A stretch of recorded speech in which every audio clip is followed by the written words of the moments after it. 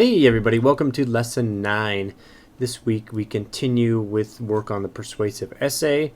Last week you did your extended outlines, and this week you'll be shifting that, expanding those into your full persuasive essay, which should be a 2 to 3 page effort.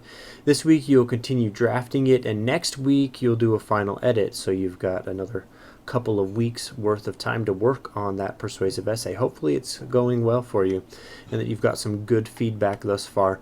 Now this week the main objectives are to practice avoiding unnecessarily shifting time or tense. You should be aware that your verb tense should be consistent throughout your writing so that you're not jumping back and forth in time, hence the shifts in time. You'll have a quiz to that effect this week and have got a handout to look at and a video to view that talks about the verb tense and the importance of keeping those things consistent. And then also another objective, as I mentioned, is that you'll complete a draft of your persuasive essay, which you will take to your gathering this week and receive feedback. Now, as I've mentioned before, when you are working on your essays, be sure to take a look at the rubric, the things that I will be grading the essay on. I think I talked about this last week just a little bit, but just a real brief view at them again. You can find the rubric on the discussion page, the persuasive essay. So take a look at that. Be sure it has all of these things in place.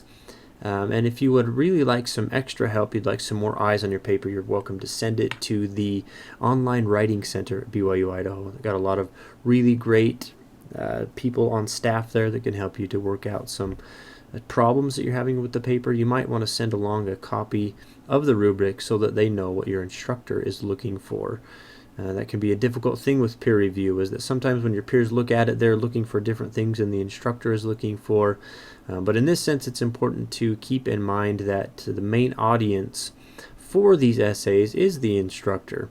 As much as we want you to write things that have meaning for you, it's also a reality that your instructor is your main audience because, well, frankly, your instructor is the one who's giving you a grade on the assignment. So it can make it sort of difficult at times, but that's something valuable to keep in mind throughout your college careers.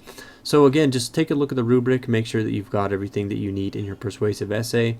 And you're welcome to, again, send this along to the Writing Center, the Online Writing Center. They can help you out with anything there.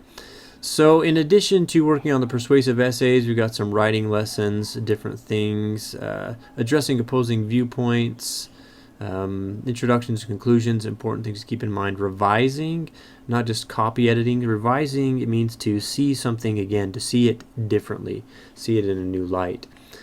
So sometimes the thing that helps me when I'm writing an essay is if I've spent so much time with it, if I put it away for a little while, just walk away, go do something else, come back maybe the next day or after 2 days and take a look at the essay again, I'm able to see it differently.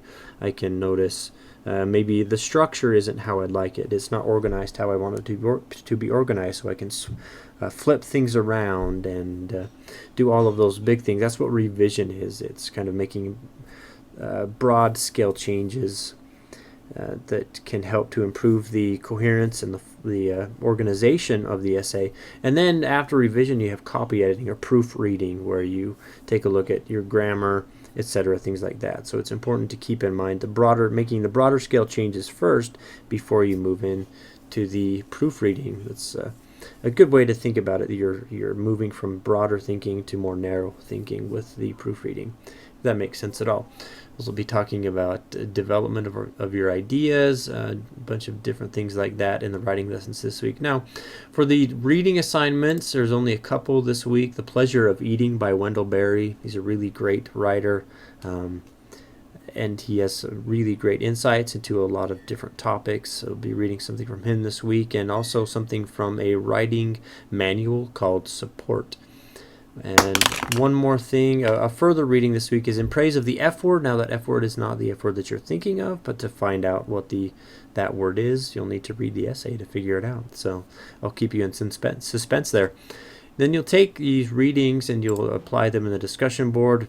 You'll choose again from one of 3 prompts that I'll ask you to look at Wendell Berry's essay and to apply or to think about it in terms think about it as a writer in terms of its rhetorical structure, the effect it has on an audience, etc., etc. And then in one, it will ask you to apply some things from Support, the other essay that you read for the week, to apply those things to Barry's essay. And again, thinking about that in terms of how it's written, in terms of the structure. So again, you're thinking as or reading as writers. You should be becoming more skilled at this as we progress in the throughout the semester.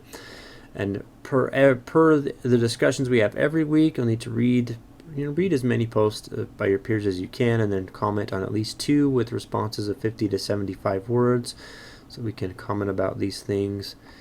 And that really is everything that's on the docket for the week. If you've got questions about anything, please feel free to let me know. My inbox is always open.